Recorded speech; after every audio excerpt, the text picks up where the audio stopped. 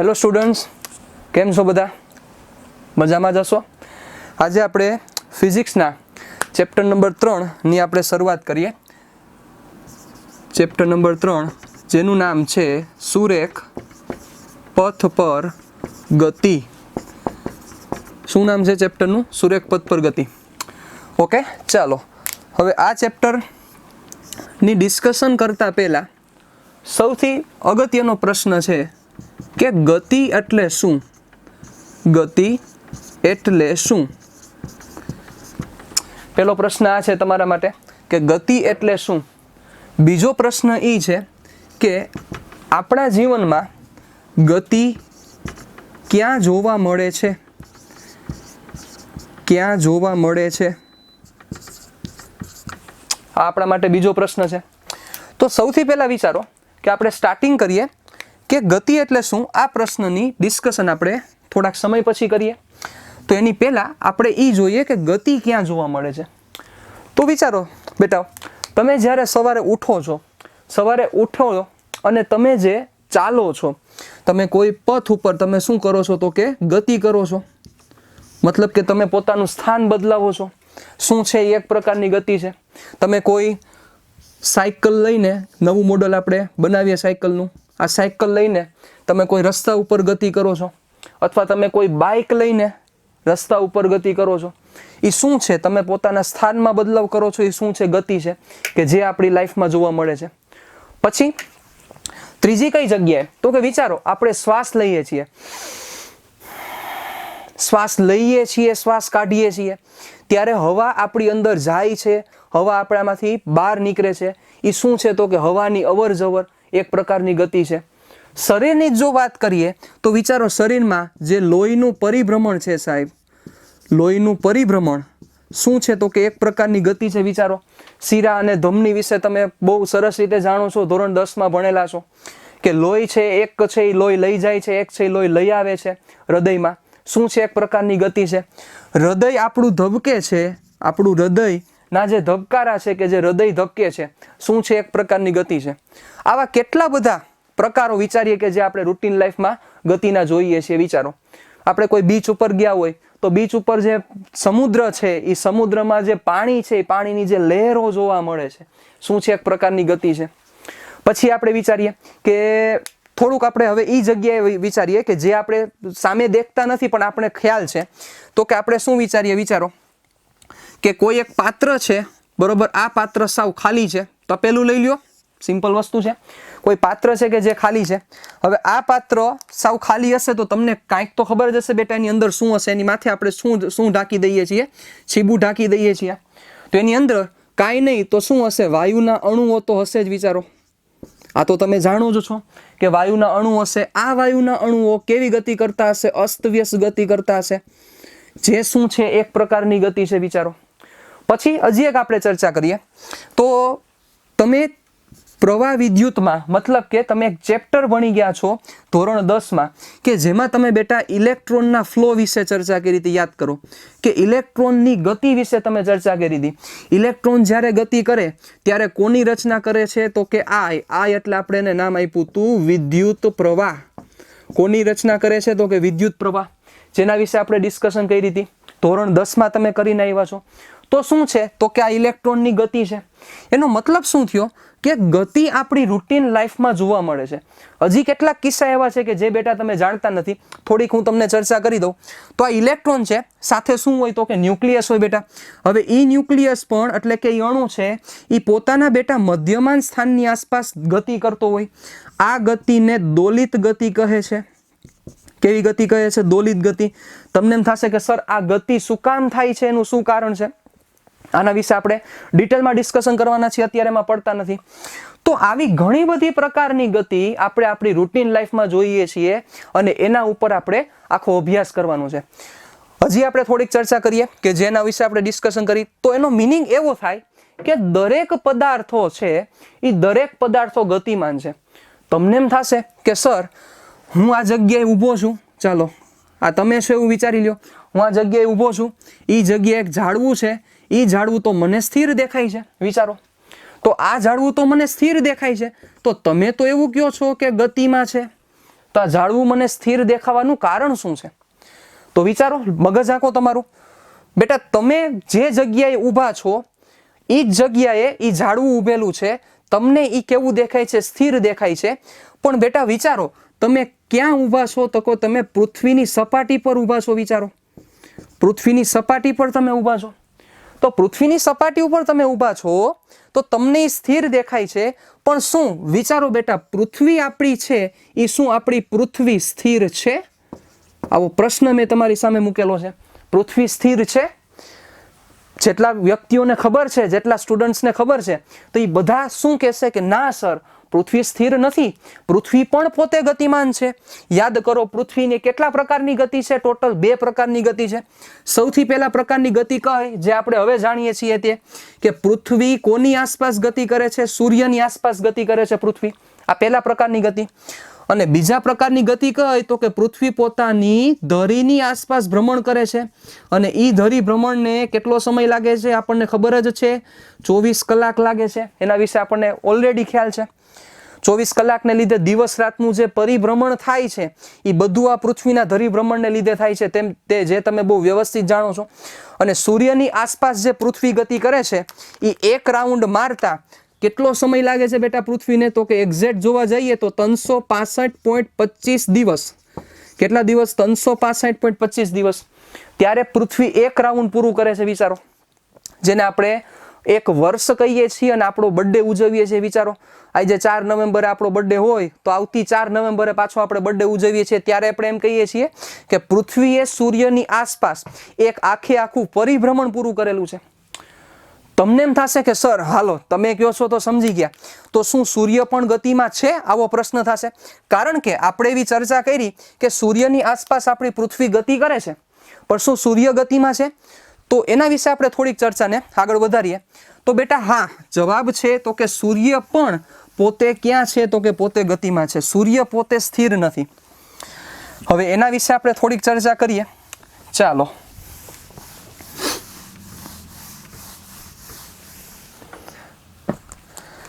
તો તમને એમ લાગશે કે સર પૃથ્વી છે એ પૃથ્વી કોની આસપાસ ભ્રમણ કરે છે? તો કે સૂર્યની આસપાસ ભ્રમણ કરે છે. તો આપણે એવું કહી શકીએ ને કે સૂર્યની આસપાસ ભ્રમણ કરે છે તો સૂર્ય કેવો છે? તો કે સ્થિર છે. પણ વાત ખોટી છે બેટા, એવું નથી. સૂર્ય પણ પોતે કેવો છે? તો કે ગતિમાન છે.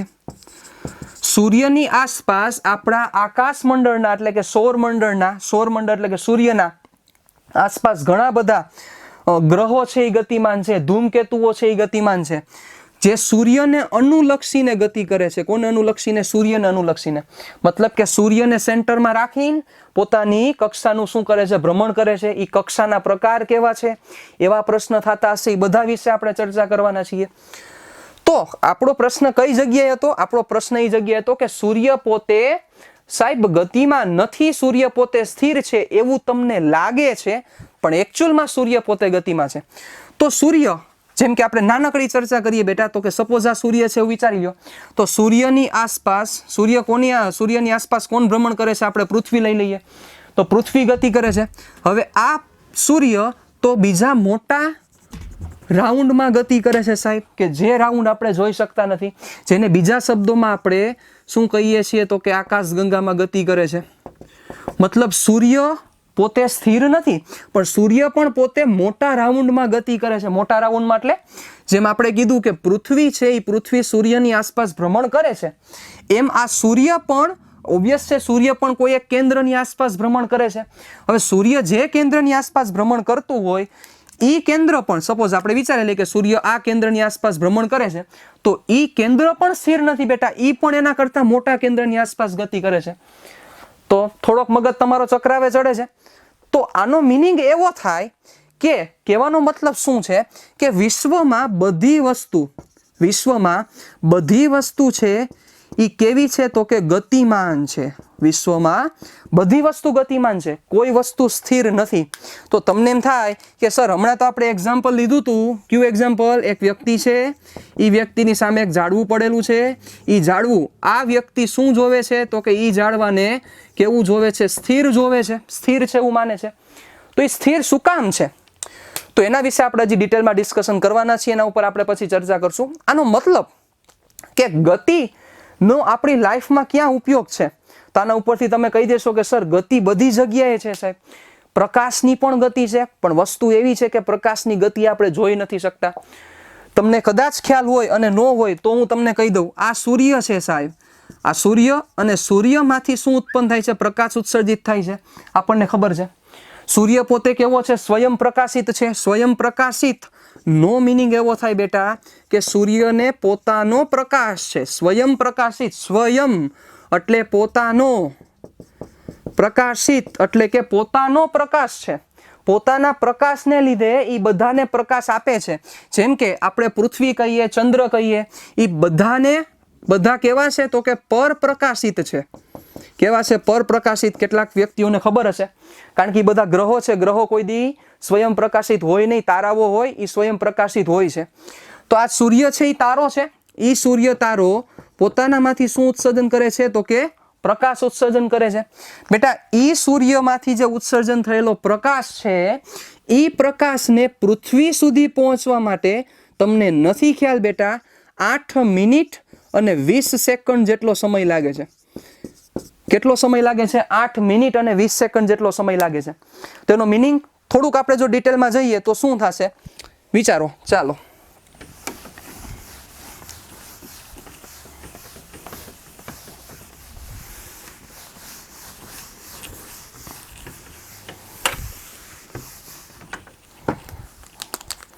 આપણી ચર્ચા ક્યાં હતી? તો કે આપણી ચર્ચા હતી સૂર્ય છે. ચાલો, આ સૂર્ય છે, આ સૂર્ય. સૂર્યની આસપાસ કોણ ભ્રમણ કરે છે? ઘણા બધા ગ્રહો ભ્રમણ કરે છે, તમને ખબર જ છે. બુધ, શુક્ર, પૃથ્વી, મંગળ, ગુરુ, શનિ, યુરેનસ, નેપચ્યુન ને પ્લુટો.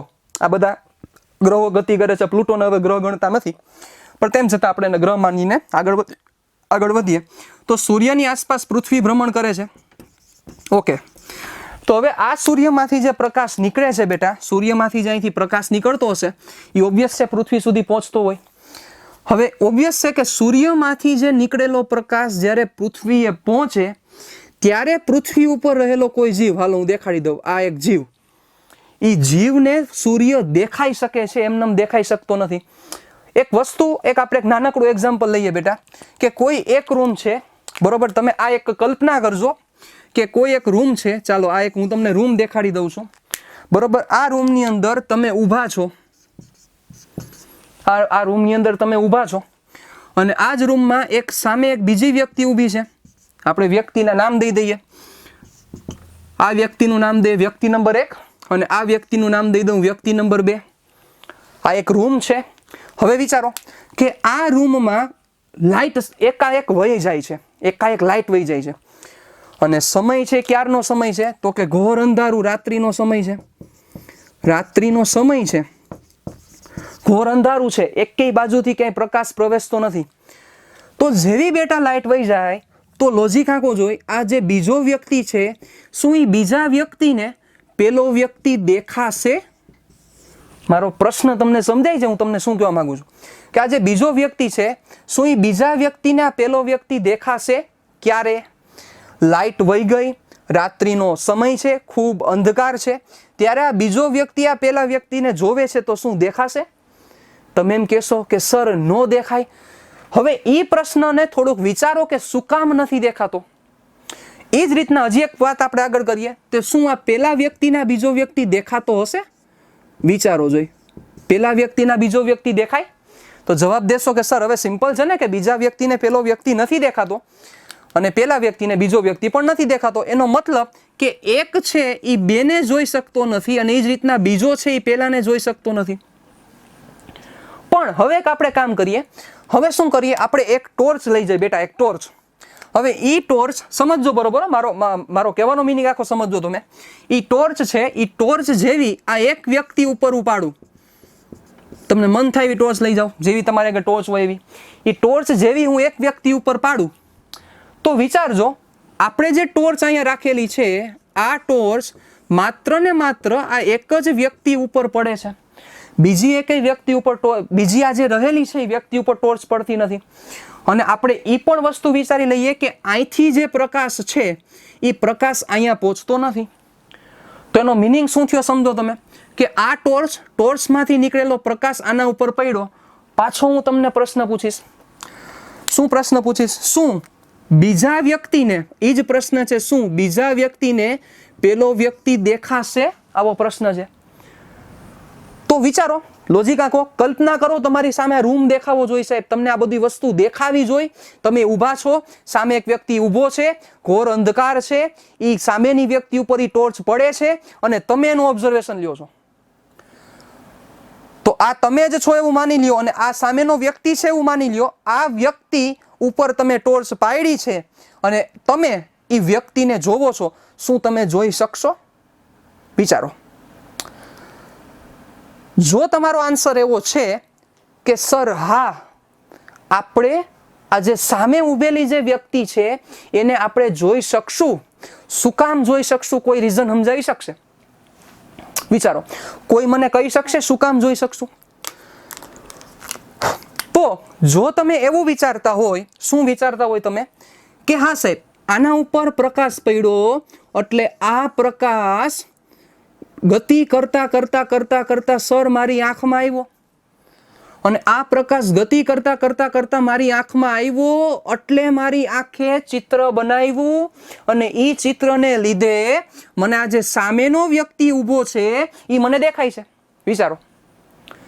તો કહેવાનો મારો મતલબ શું થયો, કે આના ઉપર પ્રકાશ પડ્યો, એ પ્રકાશે ગતિ કરીને અહીંયા પહોંચ્યો ત્યારે આ વ્યક્તિને જોઈ શકે છે.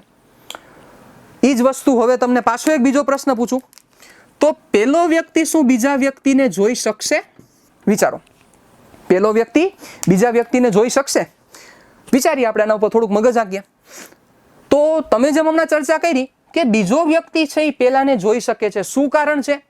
પેલા ઉપર જે ટોર્ચનો પ્રકાશ પડ્યો એ પ્રકાશ ગતિ કરીને તમારી આંખમાં પ્રવેશ્યો અને તમારી આંખમાં પ્રવેશ્યો એટલે તમારી સામે પિક્ચર ક્લિયર થયું, તમને દેખાણું. પણ હવે જે આ સામેનો વ્યક્તિ છે એ સામેનો વ્યક્તિ તમને જોઈ શકશે? વિચારો, સામેનો વ્યક્તિ છે એ તમને જોઈ શકશે? કારણ કે તમે તો ઓલરેડી અંધારામાં જ છો. મતલબ તમારામાંથી કોઈ પ્રકાશ છે એ પ્રકાશ નીકળતો નથી, સામેની વ્યક્તિના આંખમાં પ્રવેશતો નથી, તો તમે જોઈ શકવાના નથી. તો એનો મિનિંગ એવો થયો કે પ્રકાશ છે એ પ્રકાશ ગતિ કરીને તમારી આંખમાં પ્રવેશે છે ત્યારે તમે એ વસ્તુને જોઈ શકો. તો શું મજા છે સાહેબ આ ફિઝિક્સની? વિચારો. તો એ જ વસ્તુ અહીંયા બની ને, કે સૂર્ય જે પોતાનામાંથી જે કિરણોનું ઉત્સર્જન કરે છે એ કિરણો જ્યારે પૃથ્વી ઉપરના રહેલા વ્યક્તિ પાસે પહોંચે ત્યારે એ વ્યક્તિ આ સૂર્યને જોઈ શકે છે.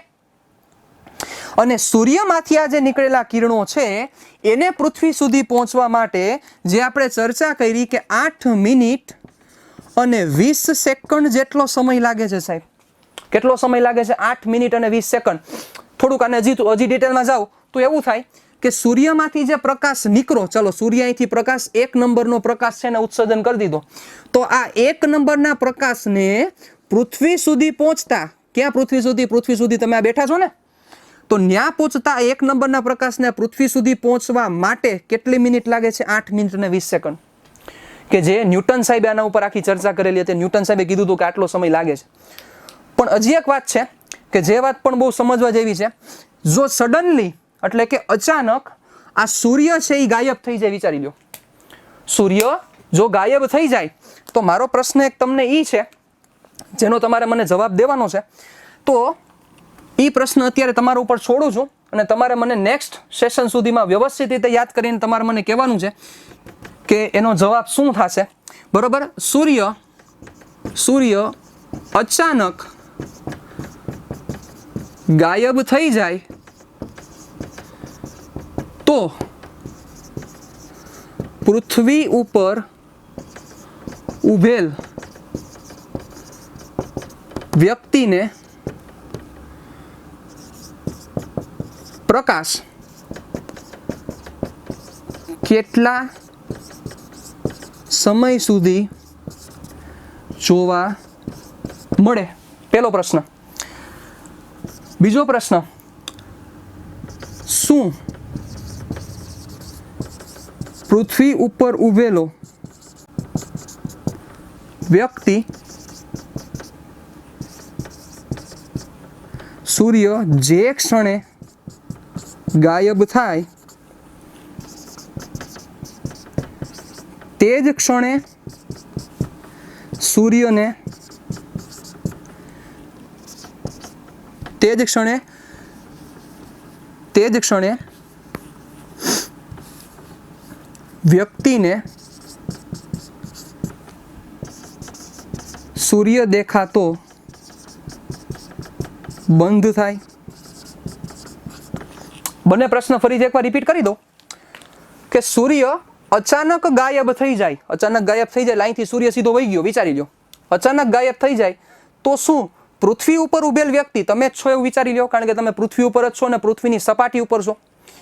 પૃથ્વી ઉપર ઉભેલ વ્યક્તિને પ્રકાશ કેટલા સમય સુધી જોવા મળે? આ પહેલો પ્રશ્ન છે મારો.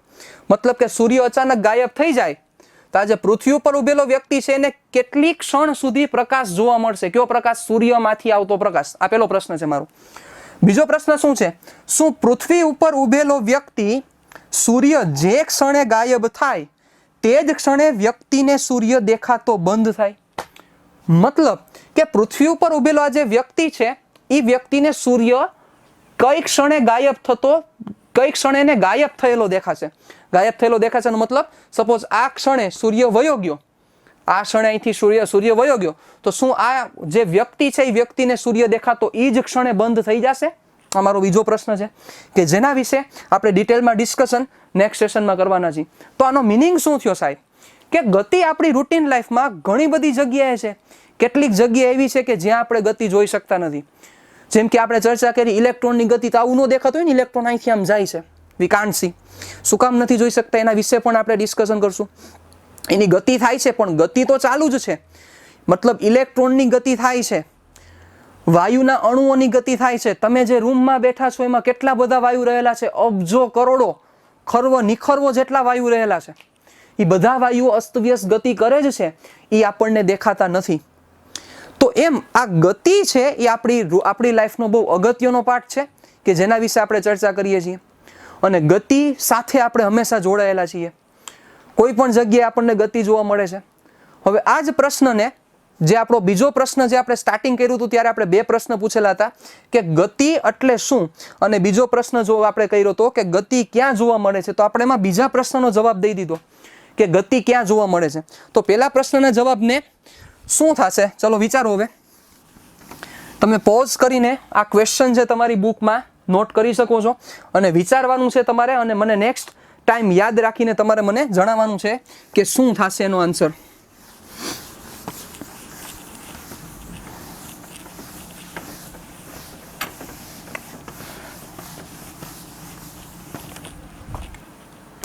ચાલો, તો હવે આપણે ગતિ એટલે શું એનો એક પ્રાથમિક ખ્યાલ મેળવીએ.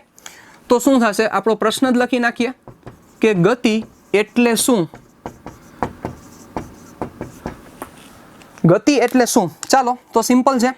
ગતિ કોને ઓબ્ઝર્વ કરવી છે? તમારે જ કરવી છે. તમારે જ જોવું છે કે ગતિ થાય છે કે નહીં. તો સિમ્પલ વસ્તુ છે. ચાલો, તમે આ જગ્યાએ ઊભા છો. આ કોણ છો? તમે. કોણ? તમે ખુદ પોતે. હવે શું થશે વિચારો? કોઈ એક અહીંયા વાહન રહેલું છે, નવું મોડલ આપણે બહાર પાડીએ. આ વાહન રહેલું છે. આ વાહન કોઈ ક્ષણે સમય આપણે આમાં એન્ટર કરી દઈએ. તમારે હાથમાં ઘડિયાળ છે મસ્તીની, જોરદાર, કાંઈ ઘટે નહીં એવી. ઘડિયાળનો સમય તમે જોયો 9 કલાક. મતલબ કે 9 કલાક. હવે અહીંયા તમારે સવાર લખવું, સાંજ લખવું તમારા ઉપર છે, તમને જે ઠીક લાગે લખી શકો. 9 કલાકે તમે આ વાહનને જોયું છે. તમે શું કર્યું? તમારાથી, એટલે તમે જ્યાં ઊભા છો ત્યાંથી આ વાહનનું સ્થાન, એટલે કે એ વાહન કઈ જગ્યાએ રહેલું છે એ તમે નોંધી લીધું. તમે મીટરપટ્ટી લઈ ગયા છો અને તમે માપ્યું કે એ વાહન તમારાથી 40 મીટર અંતરે છે. કેટલા મીટર અંતરે? 40 મીટર. ચાલો, હવે તો પહેલું ઓબ્ઝર્વેશન તમે શું લ્યો છો બેટા? કે ટી બરાબર 9 કલાક. કેટલી કલાક? ટી બરાબર 9 કલાક. ત્યારે એ જે વાહન છે એ વાહનનું સ્થાન ક્યાં હતું? તો કે 40 મીટર હતું. વિચારો. હવે તમે શું કર્યું? તો કે તમે થોડીક 2 મિનિટ જવા દીધી. વિચારો, મતલબ કે ટી બરાબર 9 કલાક અને 2 મિનિટે આપણે સમય નોંધી લીધો. મોબાઈલમાં પણ નોંધી શકાય, સ્ટોપ વોચ છે આપણી પાસે, જેમ કરવું એમ કરી શકાય. તો 9 અને 2 સેકન્ડે તમે જોયું કે ઈ વાહન છે એ ક્યાં પહોંચી ગયું છે, તો કે 60 મીટરે પહોંચી ગયું છે. એનો મતલબ કે જે 40 મીટરના સ્થાન ઉપર એક વાહન ઊભેલું હતું ઈ વાહન 2 મિનિટમાં, કારણ કે વિચારો સમયગાળો કેટલો થયો બેટા, તો કે 2 મિનિટ. 2 મિનિટમાં ઈ વાહન ક્યાંથી ક્યાં પહોંચ્યું બેટા, તો કે 40 થી ક્યાં પહોંચ્યું, 60. એટલે આ 40 છે તો ઓબ્વિયસ છે મારે 60 થોડુંક આગળ દેખાડવું પડશે. ચાલો ઈ જ વાહન આપણે દોરી દઈએ. જો તમને આ બંને વાહન સરખા ન દેખાતા હોય તો પણ કંઈ વાંધો નથી, તમારે સરખા જ લેવાના છે, ફેરવી નથી નાખવાના. ઓકે, ચાલો. તો ટી બરાબર કેટલી કલાક, 9 કલાક અને 2 મિનિટે તમને એનું સ્થાન કેટલું દેખાણું બેટા, તો કે 60 મિનિટ. પાછો પ્રશ્ન તમારી સામે, આપણે પ્રશ્ન જ પૂછવાના છે, બીજું કંઈ કામ ધંધો જ નથી આપણી આગળ. તો વિચારો તમે 2 મિનિટનું ઓબ્ઝર્વેશન લીધું. કેટલી મિનિટનું, 2 મિનિટનું. 2 મિનિટમાં એ જે વાહન હતું એ વાહન 40 મીટરથી ગતિ કરીને 40 મીટરથી પોતાનું સ્થાન બદલીને 60 મીટરે જાય છે. તો હવે હું તમને પ્રશ્ન પૂછું કે શું આ વાહન છે એ વાહન આ 2 મિનિટમાં, કેટલી મિનિટમાં, આ 2 મિનિટમાં શું આ વાહન ગતિમાં આવ્યું? વિચારો. ફરીથી પાછો પ્રશ્ન પૂછી દઉં તમને. 9 કલાકે 40 મીટર ઉપર હતું, 9 અને 2 મિનિટે એ ક્યાં પહોંચ્યું છે, 60 મીટરે પહોંચ્યું છે. મતલબ 2 મિનિટમાં એ ભાઈ ક્યાં હતા, એટલે કે વાહન ક્યાં હતું, 40 મીટરે પહોંચ્યું ક્યાં છે, 60 મીટરે. મતલબ કે 2 મિનિટમાં એ કેટલું ડિસ્ટન્સ ટ્રાવેલ કરે છે, મતલબ કે કેટલું અંતર કાપે છે, તો કે ઓબ્વિયસ છે 20 મીટર જેટલું. કેમ મળ્યું? સાવ સિમ્પલ વાત છે બેટા. આ 60, આ 40, તો આ બે વચ્ચેનો ગેપ કેટલો થાય, 20 થશે. એનો મતલબ કે 2 મિનિટમાં આ વાહન 20 મીટર જેટલું અંતર કાપીને પોઝિશન A માંથી પોઝિશન B ઉપર ચાલ્યું જાય છે. પ્રશ્ન મારો એ છે કે શું આ વાહન ગતિ કરે છે, મતલબ કે શું આ વાહન ગતિમાં આવ્યું, મારો પ્રશ્ન આવો છે. તો જો તમે એવું વિચારો છો કે હા સર આ વાહન ગતિમાં આવ્યું, તો તમે સાચા છો. તો વિચારો બેટા, થોડીક સમજવા જેવી વાત એ છે કે તમે અહીંયા ઊભા હતા, ઓબ્ઝર્વેશન તમે લ્યો છો, આ તમે છો. તમે 2 મિનિટમાં વાહનને 40 મીટરથી 60 મીટરે જતા જોયું. એનો મતલબ કે 20 મીટર અંતર કપાણું તમે જોયું. તો એનો મિનિંગ તમે કીધું કે યસ સર આ વાહન કેમાં છે, તો કે ગતિમાં છે. તો સાવ સિમ્પલ ડેફિનેશન થઈ ગઈ. હજી એક આપણે એક્ઝામ્પલને થોડુંક એક્સટેન્ડ કરીએ. ચાલો, પાછા તમે છો, હવે આપણે કાળા કલરના તમને કરી દીધા છે. આ તમે જ છો. ઓકે, પાછું વાહન બદલાઈ નાખી.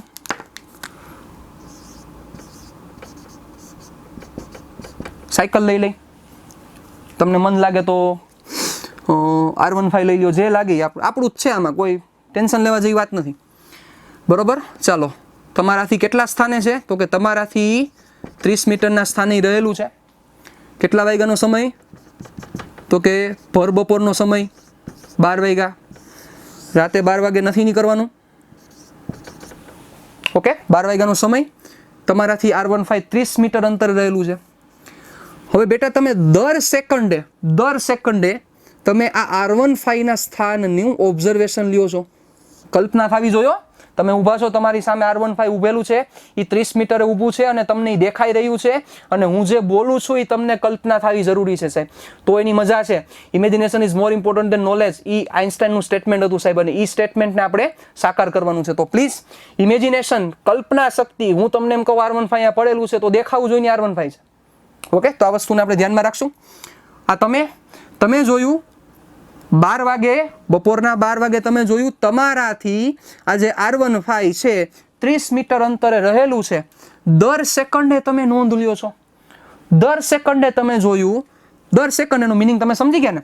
દર સેકન્ડે તમે જોયું આ R15 ના સ્થાનમાં કંઈ ફેરફાર થતો નથી, જ્યાં છે ત્યાં જ પડ્યું છે. તો દર સેકન્ડે, હજી જો સરસ રીતે સમજવું હોય તો ક્ષણે, મતલબ કે તમે એવું જોયું કે દર સેકન્ડે આના સ્થાનમાં કાંઈ ફેરફાર નથી થતો. હજી જો આ વસ્તુને સરસ રીતે હજી સમજવી હોય તો આપણે એક વર્ડ યુઝ કરીએ, ક્ષણે. બેટા જોવા જાય ને તો ક્ષણની કોઈ વ્યાખ્યા નથી. પણ ક્ષણનો મતલબ શું થાય એ સમજવા માટે હજી થોડાક સમય લાગશે, થોડોક દિવસો લાગશે, પછી તમને બહુ મસ્ત સમજાશે કે ક્ષણનો મિનિંગ શું છે. તો ક્ષણે ક્ષણે તમે જોયું છે, ક્ષણે ક્ષણે જોયું તો આના સ્થાનમાં કંઈ ફેરફાર નથી થતો. આવું કર્યું તમે ક્યાં સુધી? મન થયું ત્યાં સુધી. સપોઝ મન થયું આપણને 5 મિનિટ સુધી, તો 12 અને 5 થઈ ત્યાં સુધી જોયું, અને 5 મિનિટમાં તમે મને ઓબ્ઝર્વેશન આપ્યા. શું ઓબ્ઝર્વેશન દીધા? કે સર આ R15 એટલે આ ભાઈ, એટલે કે આ R15 છે એ ક્ષણે ક્ષણે મેં જોયું દર સેકન્ડે આ R15 એ પોતાની પોઝિશન બદલી નથી બદલી પોઝિશન. તો એનો મિનિંગ તમે એમ કહેશો કે સર આ R15 છે એ સ્થાન બદલાવતું નથી, એટલે આ R15 સ્થિર છે. તો વ્યાખ્યા બની ગઈ બેટા. પહેલા કેસમાં તમે એવું જોયું કે સમય સાથે આ આપણે શું લીધું હતું? એક ગાડી લીધી હતી. સમય સાથે આ ગાડી છે એ પોતાના સ્થાનમાં ફેરફાર કરે છે. સમય સાથે આ પોતાના સ્થાનમાં ફેરફાર કરે છે. તો ત્યારે તમે આન્સર આપ્યો તો કે હા સર આ ગાડી છે એ ગતિમાં છે.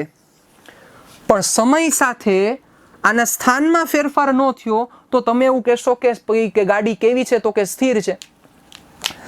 પણ હવે એક જ વસ્તુ આમાં એડ કરી દઈએ.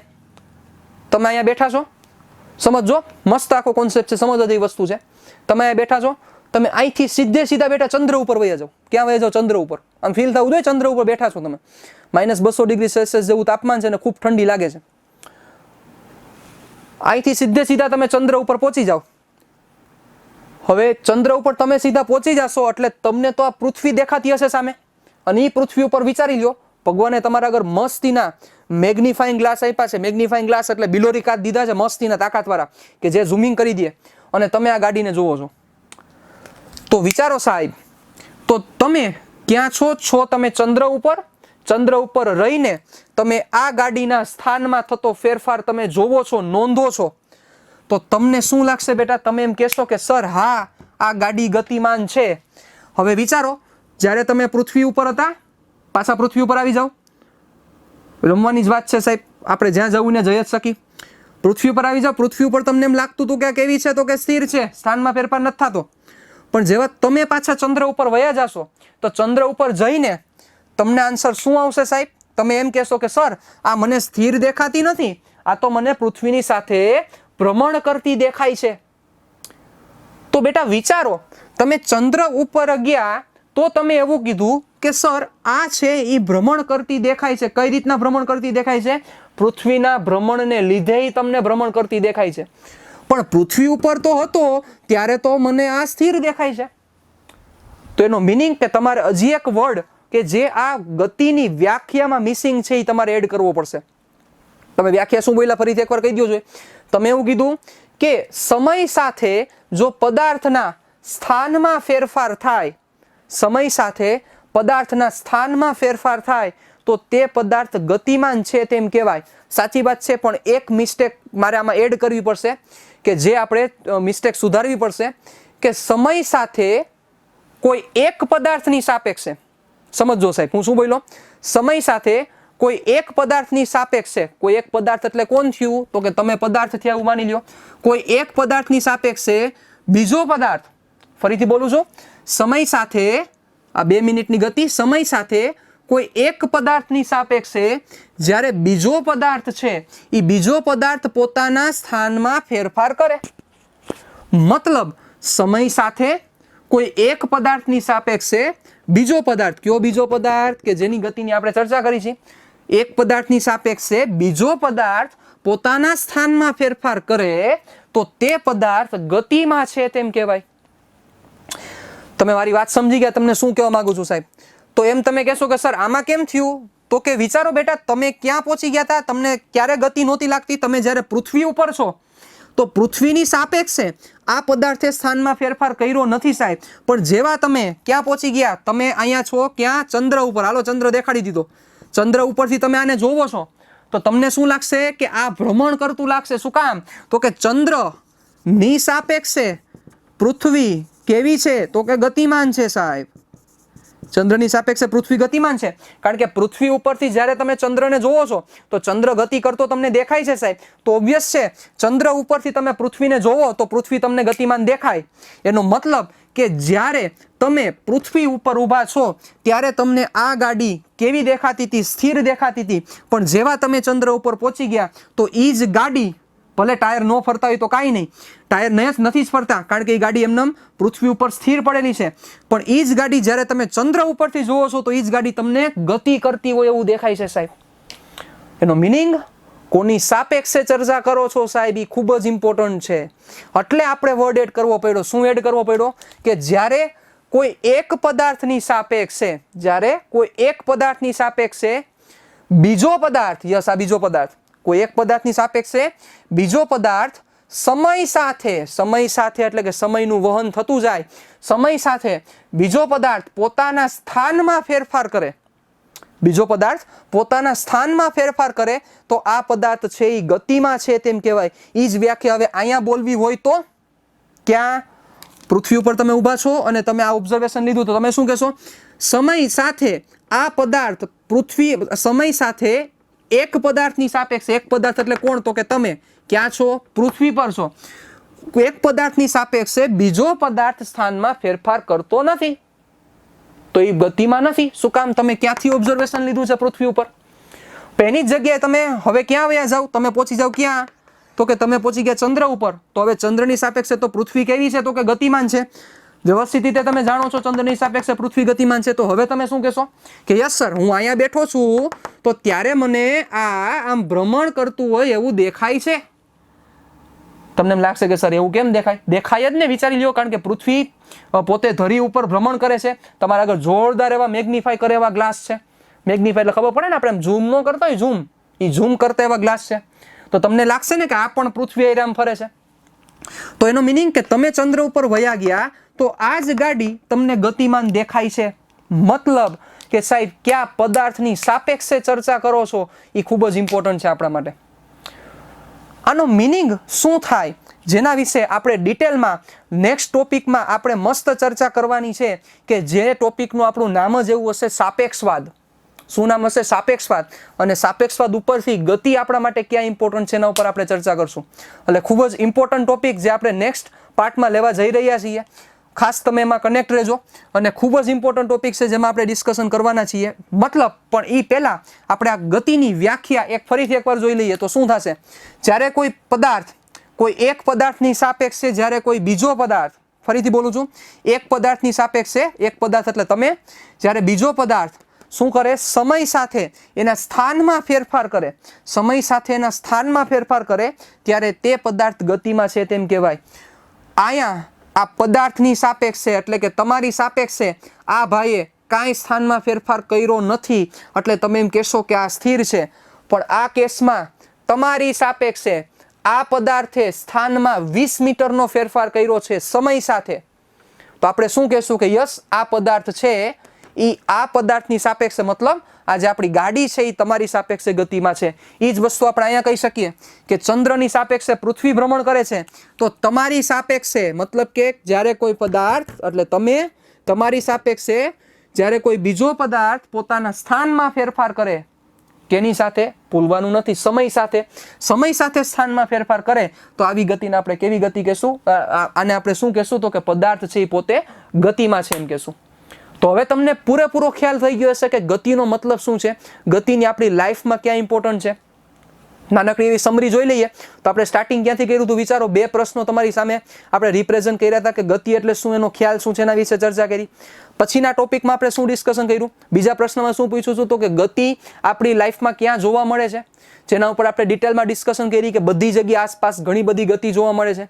ઘણી બધી વસ્તુ સ્થિર દેખાય છે તેમ છતાં એ ગતિમાં હોય જ છે, પણ કઈ જગ્યાએથી જોઈએ છીએ એની ઇમ્પોર્ટન્સ ઘણી વધારે છે. એના વિશે આપણે હજી ડિટેલમાં ડિસ્કશન આગળ ઉપર કરવાના છીએ. અને છેલ્લે આપણે ગતિની વ્યાખ્યાનો ખ્યાલ મેળવ્યો. શું ખ્યાલ મેળવ્યો ગતિની વ્યાખ્યાનો?